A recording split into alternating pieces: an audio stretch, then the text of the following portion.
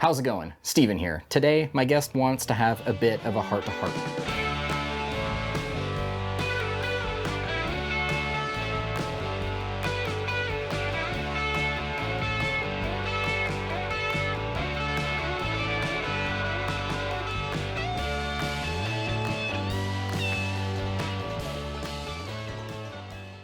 It's a pretty good gold color. There is a bit of a coppery tinge to it.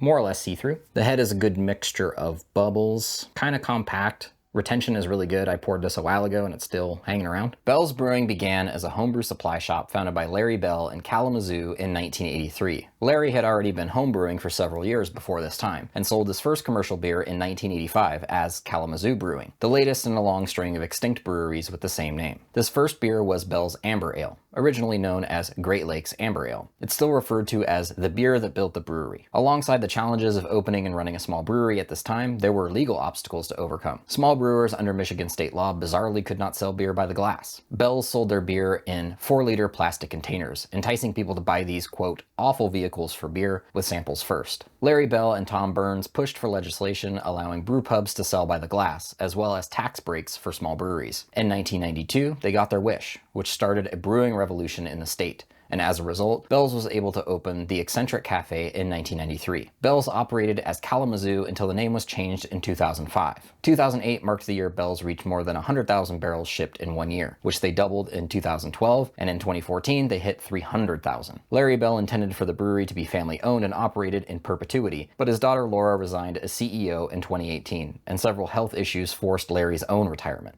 It was the largest independent brewery in Michigan and the 6th largest in the United States before it was sold to Lion Little World Beverages, a subsidiary of Kirin, at the end of 2021.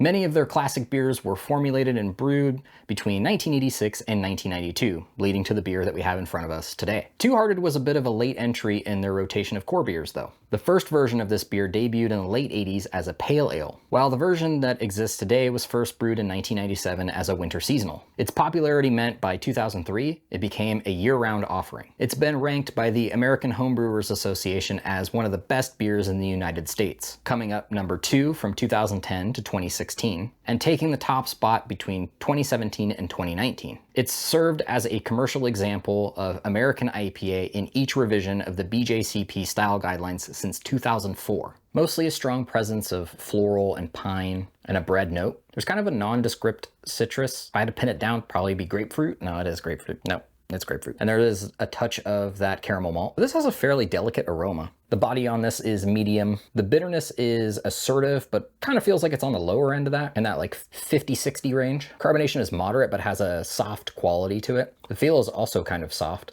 It's kind of citrusy and fruity and bitter, and then it dries out by the finish. There are other beers from Bell's lineup I could have highlighted in this video, but Two Hearted is probably the most well-known, most decorated, and most widely available of all of them. It doesn't help that the others are getting harder and harder to find in my area. This beer serves as a key example of the American-style India Pale Ale, showcasing the intense expression of American hops like Centennial, while still being firmly rooted in its English origin. While the landscape has shifted around them with clear, crisp, and hop-obsessed IPAs on one coast, and soft, juicy, and hazy IPAs on the other, this beer follows its heart because sometimes you have to look back to see forward.